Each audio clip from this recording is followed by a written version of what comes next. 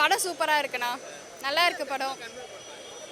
என்னன்னா emotional love இந்த மாதிரி விஷயம்லாம் நிறையா கன்வே பண்ணுறாங்க. ஒரு ஆள் இவ்வளோ தூரம் லவ் பண்ண முடியுமா அப்படின்ற மாதிரி கன்வே பண்ணுறாங்கண்ணா.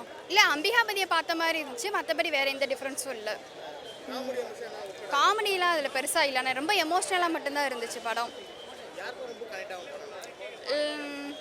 ஒன் சைட் லவ் பண்ணிட்டு இருக்கவங்களுக்குலாம் கனெக்ட் ஆகும்ண்ணா.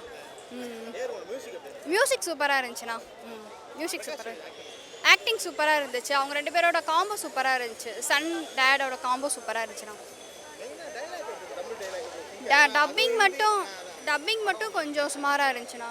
இல்லை அதோட வேர்ல்டில் இருக்கிற படம். ஆனால் இது வந்து டிஃப்ரெண்ட்டான ஒரு கதை தான். ஆக்சுவலி அதே கதையாக இருக்காது.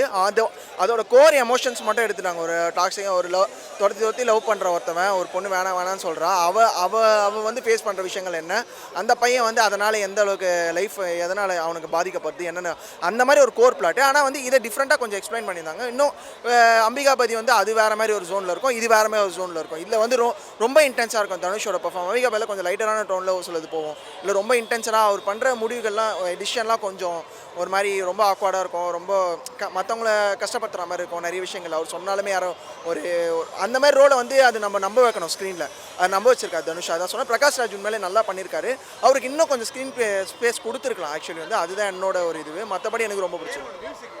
ஏஆர் ரஹ்மான் பிரிஸ்டார். ஆக்சுவலி ஏஆர் ரஹ்மான் வந்து நீங்கள் இந்த படத்துக்கு வந்து பாருங்கள் ஏஆர் ரஹ்மான் என்ன பண்ணியிருக்காருன்னு. நீங்கள் ஹிந்தியில் இந்த படம் பார்த்தாலும் சரி, தமிழில் இந்த படம் சொல்லி ரெண்டுத்துக்குமே ஒரே மாதிரி தான் இருக்கும். சாங்ஸ் பிஜிஎம் எதுவுமே நீங்கள் ஹிந்தியில் நல்லா இருக்குது, தமிழில் நல்லா இருக்குது, ரெண்டுத்துலேயுமே பயங்கரமாக பண்ணி வச்சிருக்காரு. தமிழ்லேயுமே அந்த சாங்ஸ் லிரிக்ஸ் ஆகட்டும், அந்த அவங்க சூஸ் பண்ண சிங்கர்ஸ் ஆகட்டும், எல்லாமே செம்மையாக பண்ணியிருக்காங்க. பேக்ரவுண்ட் ஷோ சூப்பராக இருக்குது. டப்பிங் சூப்பராக இருந்தது. ஆக்சுவலி இந்த டபுள் தமிழ் ஹிந்தி படம் பார்த்தா ஃபீல் தான் இருக்கும்.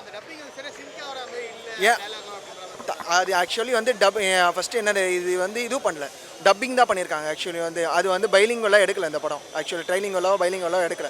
அவங்க என்ன டப்பிங் பண்ணி ஹிந்தி படத்தை தமிழில் அவங்க டப் பண்ணி போட்டிருக்காங்க. அப்போனா அப்படி தான் ஃபீல் ஆகும். நீங்கள் ஹாலிவுட் படம் பார்த்தாலும் அதே ஃபீல் தான் இருக்கும். அவங்க ஒன்றும் ட்ரைனிங் பைலிங்குவல் அப்படின்னு சொல்லி எடுத்துருந்துன்னா மேபி வந்து அது ரிஃப்ளெக்ட் ஆகிருக்கும். மேபி வந்து அதனால பிரச்சனை இல்லை. விஎஃப்எக்ஸ் இந்த ஏர்ஃபோர்ஸ் விஎஃப்எக்ஸ் சூப்பராக பண்ணியிருக்காங்க. ஆக்சுவலி இந்த அவங்களோட ஸ்டாண்டர்டுக்கு அந்த பட்ஜெட்டில் சூப்பராக பண்ணியிருக்காங்க.